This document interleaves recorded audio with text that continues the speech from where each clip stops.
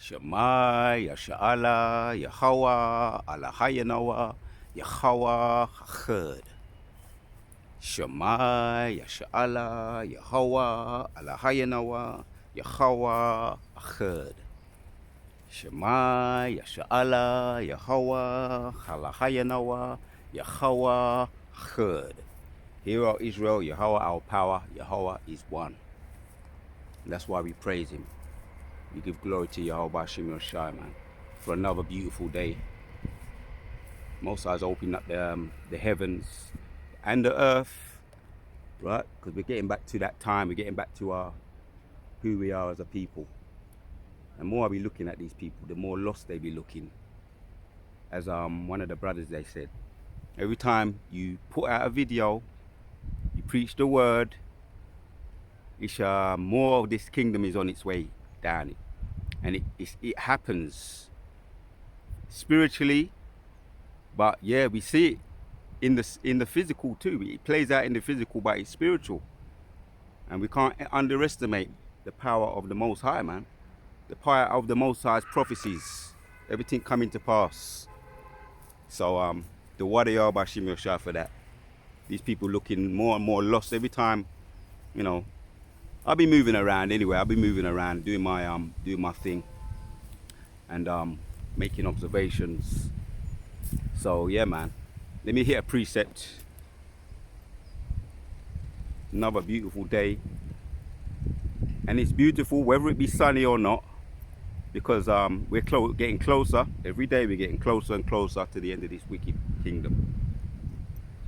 So whether it be sun, wind, sunshine, rain, whatever the case may be, it's a beautiful day, and we give praises to Yahweh Bashim Yoshai. So Psalms, one of my favorite precepts I haven't read for a little while, quite a while now. Psalms 125 and 3 says, "For the rod of the wicked shall not rest upon the lot of the righteous, lest the righteous put forth their hands unto iniquity." Right, man. That's the power of this word, right? The power of keeping our hands on the prow,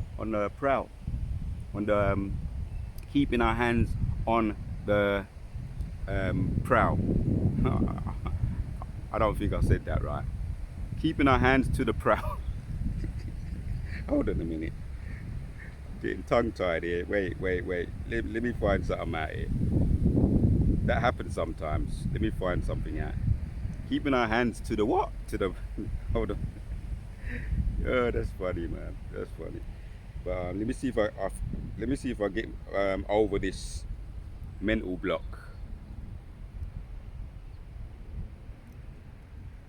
Right. It's just, I think I just solved it. Keeping our hands to the plow. But I'm gonna ask a question.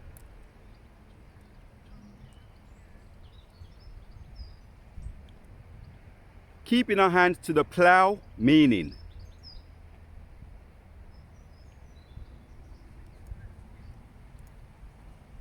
Alright, I got it. I had it on silent. Let me ask again. But I'm going to read it. It says, keeping your hands to the plow, or putting our hands to the plow, is an idiom that signifies starting or undertaking a task or commitment, especially one that may be difficult or demand its originates from. All right, there's more. As a matter of fact, I'm gonna say it again, and I'm gonna take it off silent. See, I'm going in it. This is just raw. All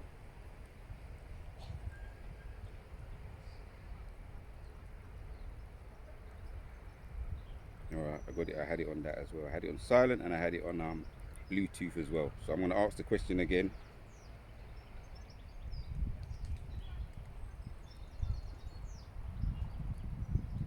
Keeping our hands to the plow, meaning. What is it doing here, bro? What is it doing? Oh, boy. Let's start again.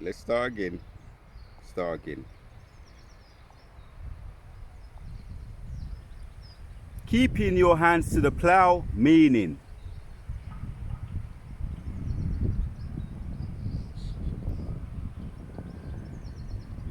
It's not giving me no sound, but I'll read it again. Keeping your hands to the plow or putting your hands to the plow is a British English idiom that means to start or undertake a task, especially one that might be difficult or challenging. It originates from the farming context of plowing a field. Right, there you have it. Right, so that's what it means. Yeah, to start or undertake a task, especially one that might be difficult or challenging. It originates from the farming. One of the a phrase from the farming, and we know it all the time. Yahushua used that. Yahushua was familiar with when he spoke to people, he spoke terms that people were familiar with. In those days, there was farming, there was fishing, fishermen, farmermen, aquaculture. You know, things that he used. His sequelities or phrases were common to the people that people may be able to relate to them and understand. So it's really comes from the scriptures. So we're keeping our hands to the plow. And let me read that precept again. Slakia, I had just a little, I had a moment, but Psalms 125:3, for the rod of the wicked shall not rest upon the lot of the righteous, lest the righteous put forth their hands unto iniquity. So we be diligent, continuing to be diligent, keeping our hands to the plow. Hence why we see brothers being delivered, the example yesterday, sobering wake-up call, being diligent or keeping your hands to the plow, being circumspect, right? The times we're living in, this is not our rest. So always being on the watch, mainly the prophecies being fulfilled. And more I observe these people, I can see that they don't know what to do with themselves. I'm just observing now. People be acting all confident on the outward appearance, but inside they know they're losing their kingdom. Their kingdom is slipping away from them. So we're gonna be around, right? One of the previous videos I did, keeping our hands to the plow. Keeping our hands to the plow gets rid of demons, puts demons away, keeps the demons away. And that's why we apply what we've been taught by Yahushua. Keeping our hands to the plow keeps demons away. These people are getting lost. They're lost. Right? Don't be fooled by the outward appearance. Talk about the Goyim and all these other, the Edomite nations and all these other Goyim nations and the wicked of our own people, which scriptures talk about scorpions and vipers, right? And supplanters and wolves in sheep clothing. These are, so we have to be circumspect. We have to be wise as serpents but harmless as doves, and not throw our pearls to swine. All these words, these phrases I'm using are what Yahushua mentioned when he was on the earth in red letters. They're written in red letters. So we keep our hands to the plow. All right, this is a full-time job doing this work, and the Most High be opening up.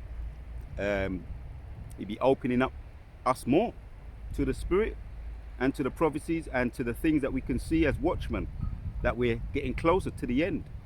How he delivered the brother over there, LA, because he was circumspect, right? Yeah, there was a moment, a wake-up call, and it was a reminder for him and for us too. The brother over there in LA, that he gave his testimony of that assault, more than an assault, but that was an assault, but it was more than an assault. Tried to delete that, brother, but we're going to use that as a way of reminder, sobering reminder for us. So keep our hands to the plow, right? So that they can't, the Most High going to keep us protected under that hedge, and whatever he allows to happen is ultimately going to work out to his favor, to his glory, for his name's sake anyway, right? Whatever happens to us is all for his name's sake. As a matter of fact, I've got a precept that just back in the back of my mind right now. Let me bring it forward to the forefront. This is Isaiah, and then we're going to go back to Psalms 125. Isaiah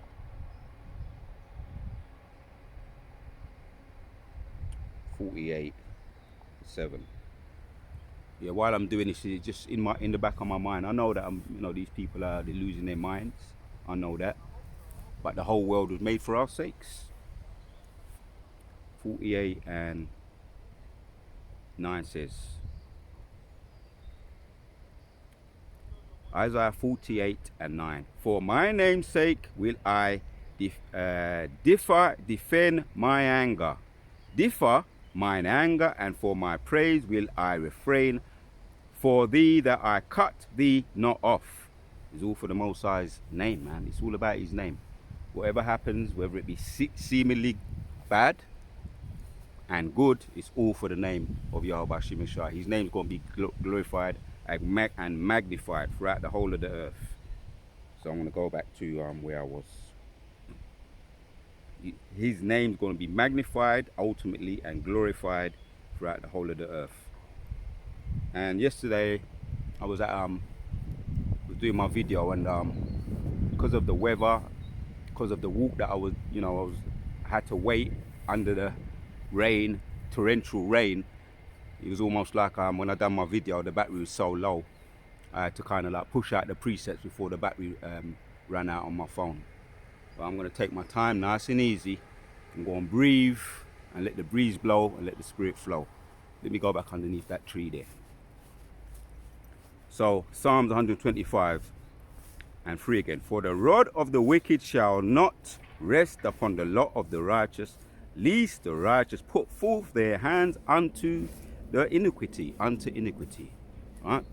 Just keep your hands to the plow, as Yehoshua said, man, right? And we are undeserved. We are really, it's all through mercy anyway, because our righteousness are as filthy rags, right? So we really don't deserve, if it was up to the Most High, really, if the Most High, when it comes down to it, the Most High did everything for us anyway, through his mercy, but it's all undeserved kindness, blessings. But we take it, and we know we're grateful, man. And this truth's got a lot to being grateful too, right? Serving the Lord has a lot to do with being grateful for what he's done for us and yet to do, right? The blessings, but it's also we take great joy and pleasure in serving the Lord and vindicating his name for what he suffered for us through his stripes. So we take pleasure in vindicating the Lord's name, right? We're just mere worms, and if we didn't want to push forward, he can rise up stones. But the Wadiyah Bashimashai, for using us mere worms, right? And our righteousness are as filthy rags, man. So another person that's in my mind right now is King David. The name Dawada, beloved of Yahweh. And the question is, why was he beloved? Right, we're going to read. Why was King David so beloved of Yahweh? Not many, many reasons, but we're going to hit this one. It gives us an opportunity to see. Psalms 18 and 41 says, they cried, but they were... no, we want to get... That's Psalms 80. We want Psalms 118.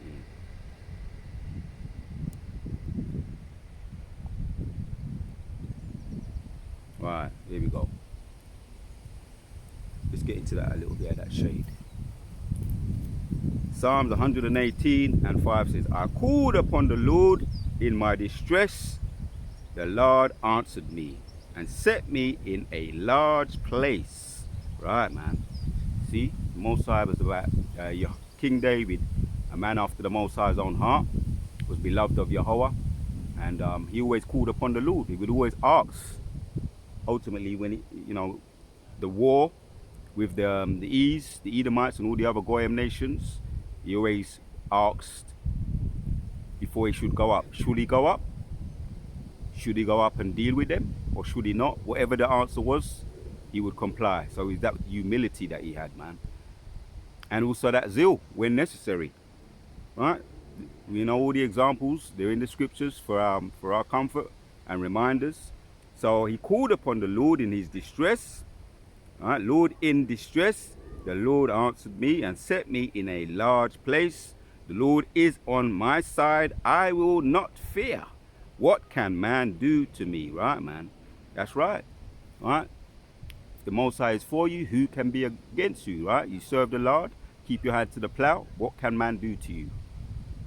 And that's the sentiment of King David, his attitude throughout his life. If the Lord was on his side, and what can man, he feared them not. What can man do to us?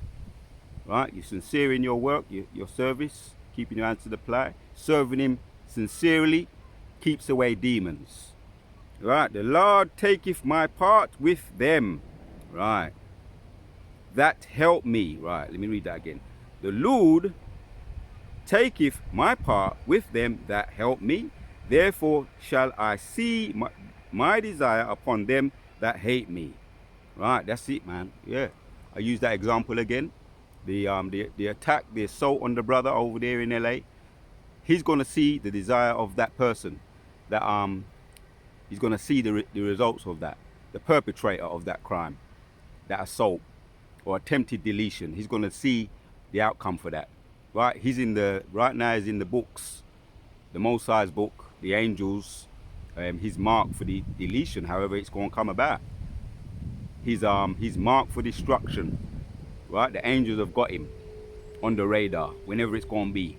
Just like King David, he be saying here, the Lord taketh my part with them that help me, therefore shall I see the desire upon them that hate me. We're going to see the desires of all of these people that hate us. They hate us, right? The wicked plotteth against the righteous.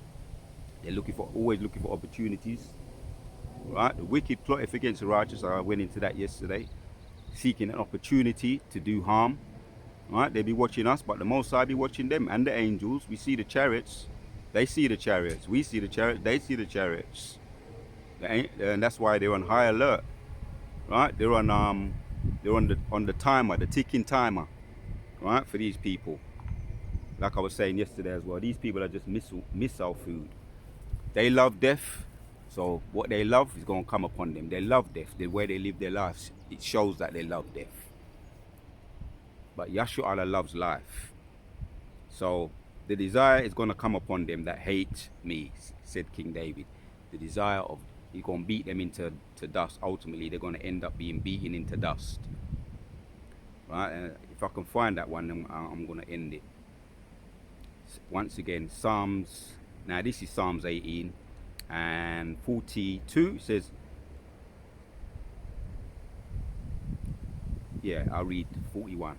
Psalms 18.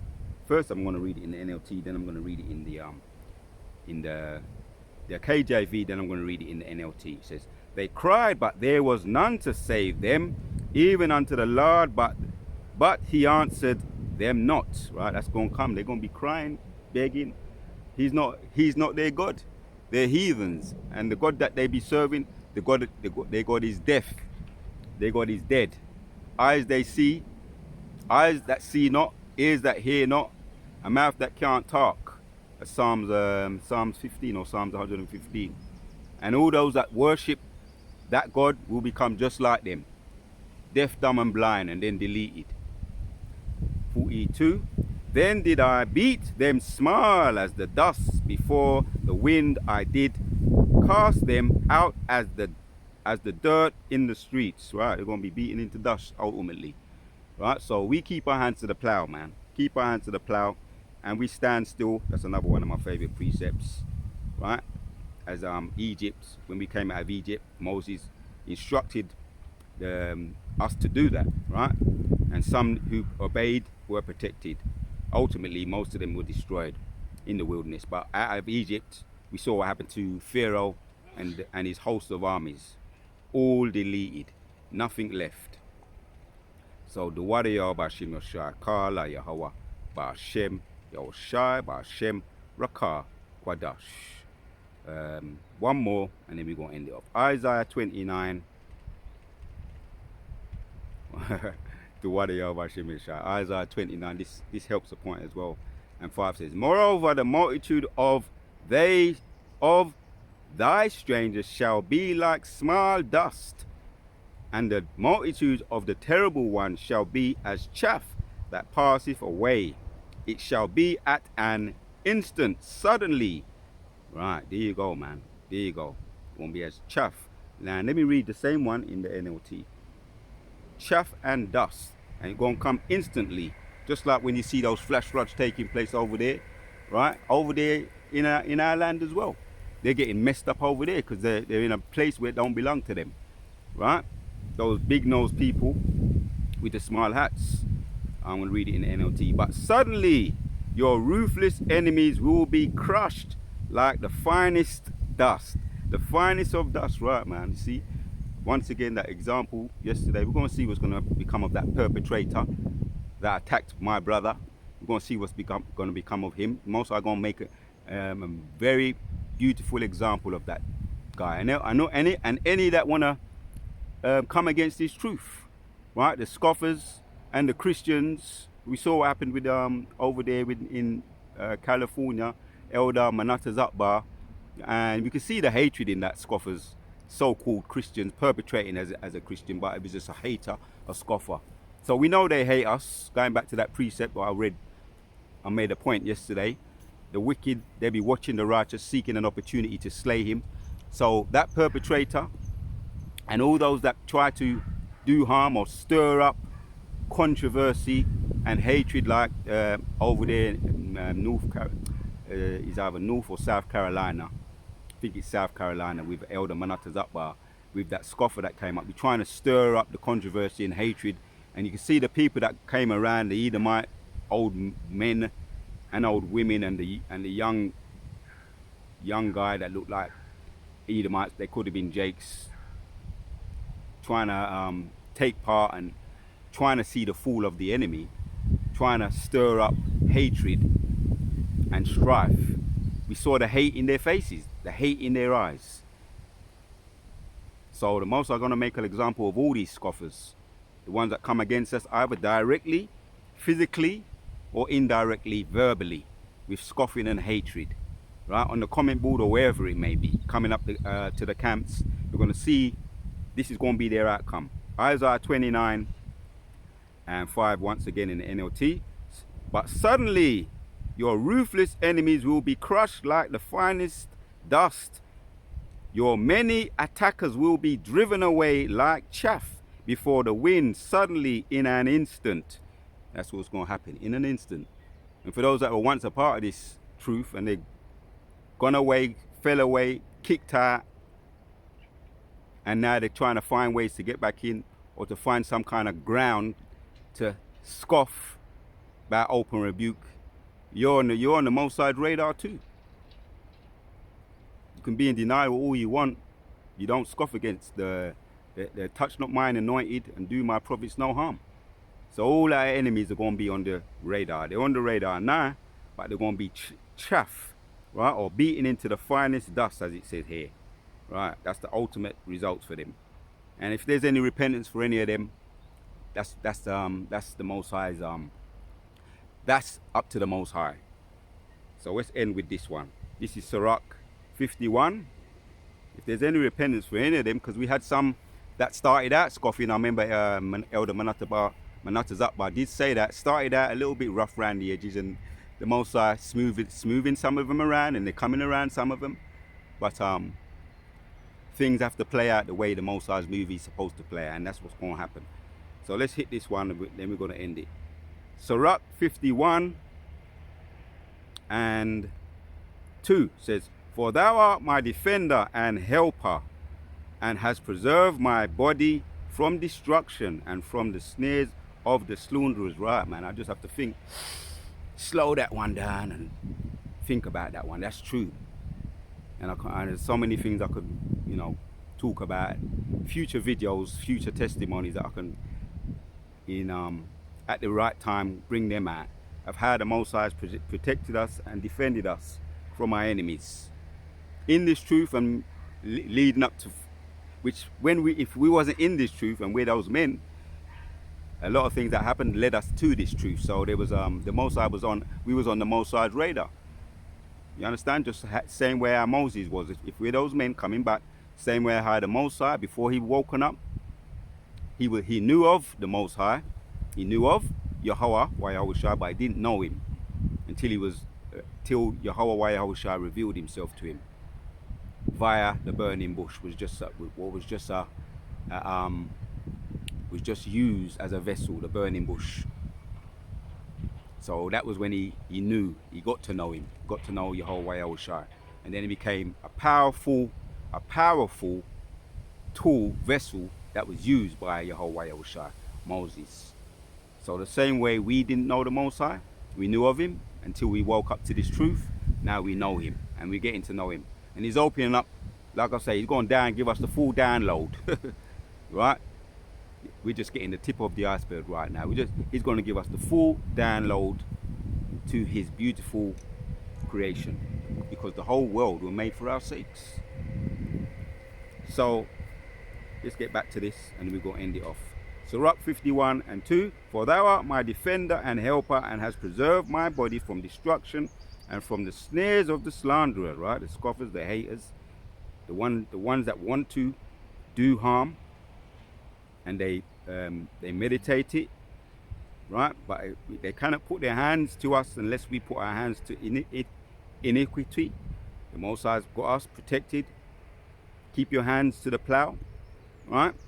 And from the snares of the slanderer's tongue, and from the lips that forge lies, right? All the scoffers and all the which they're going to try and come up with that. Yahushua said they would, right? Come up with lies and slander to try and slander us. They're already trying that, and a lot of it didn't stick. It wasn't of the Most High's movie, so it didn't stick. You can only do it if the Most High allows you, right? Tongue, and from the lips that forge lies, and has been mine helper against mine adversaries, right? Once again, man. So much things, so much testimonies we know when we think back, and things that we don't even remember. The Most High are going to put that back in our minds. Oh, that vision I had last night. Oh, no, not last night. The night before last night. And when I woke up, what I remember of the vision, I think there was a lot more to it than what I mentioned yesterday. There was a lot more to it. But the things I'm going to mention is what I do remember that stand out with me.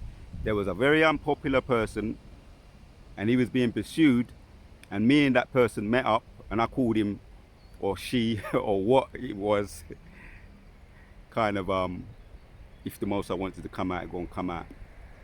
Being pursued, and we hooked up. The person was very unpopular, and we hooked up, and they were trying to hold that person, pursue that person, and we hooked up when we was fugitives. I remember linking up with Sophia, I'm going to call it Sophia, and moving around as pilgrims. And at the moment it looked like they was going to try and grab us, or whatever the case may be, we leaped up into some high building out of their reach. And I remember waking up, and all I remember was saying, keep hold, in my mind or in the spirit, keep hold of Sophia, tight hold of Sophia, which we know Sophia represents wisdom, which goes back to this truth, living the way we are encouraged to. All the things that the Most High give us the assignments to fulfill. Wisdom, Sophia, keep hold of Sophia, right? And there's something else that just comes to the back of my mind. Perseus in the movie Clash of the Titans, and he was told to keep hold of that shield, the sword and the spear. Guard it with your life, because one day it will save your life. So that's this truth, Sophia, right? Keep hold of Sophia, yeah? Being our helper against mine enemies, and hast delivered me according to the multitudes of thy mercies and the greatness of thy name. It's all about the Most High's name once again. It's all about the Most High's name. We're just nothing, man. We're just filthy rags. Our righteousness are filthy rags. But it's all for the and has delivered me according to the multitude of thy mercies, for his mercies and the greatness of thy name, his name's sake, from the death of them that were ready to devour me, and out of the hands of such as sought after my life, and from the manifold afflictions which I had, our own internal afflictions that we have to grapple with, that the Most High put them on us anyway, right? As Apostle Paul said, through that weakness we are made strong. Through that weakness we are made strong. So he put them on us anyway, so that we could be made strong, and boast not in ourselves, but boast in Yahweh B'Hashem Yahushua. Yeah. and from the manifold afflictions which I had, and from the choking of, there you go, the internal now, the external, from the choking of fire on every side, and from the midst of the fire which I kindled not, right, from the depth of the belly of hell, from the unclean tongue, and from lying words, slander. So the Most High is our defender. He's going to deliver us, and he's delivering us now. Least we keep our hands to the plow, he's delivering us. If God be for us, who can be against us? So the word of Yahweh Ba'ashem Yahushai.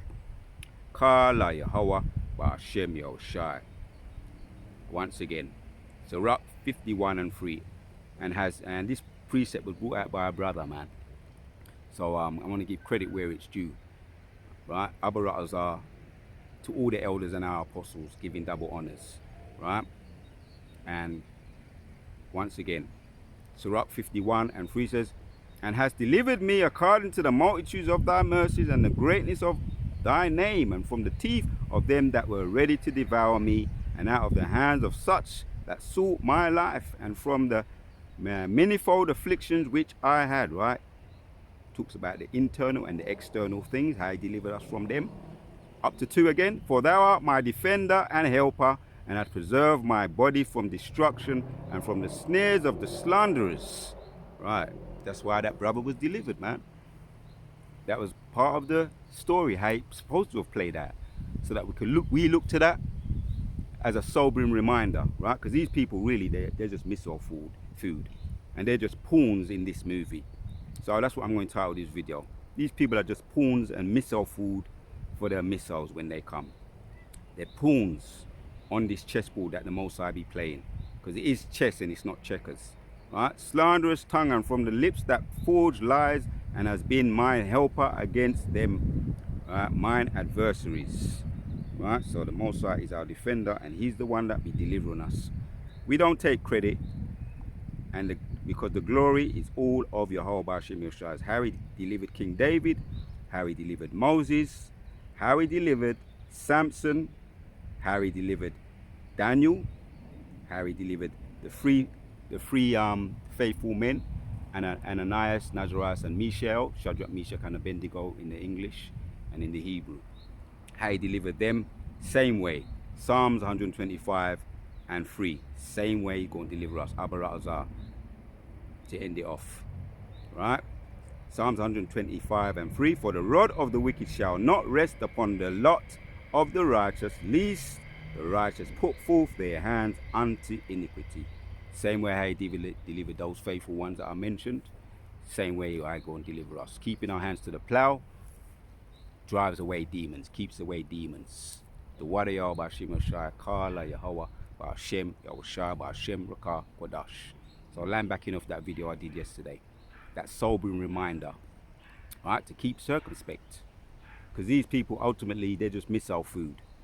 And the Most High be using them as pawns on the chessboard. They're just pawns and missile food waiting to be missiled. So I'm going to say shalom until the next one.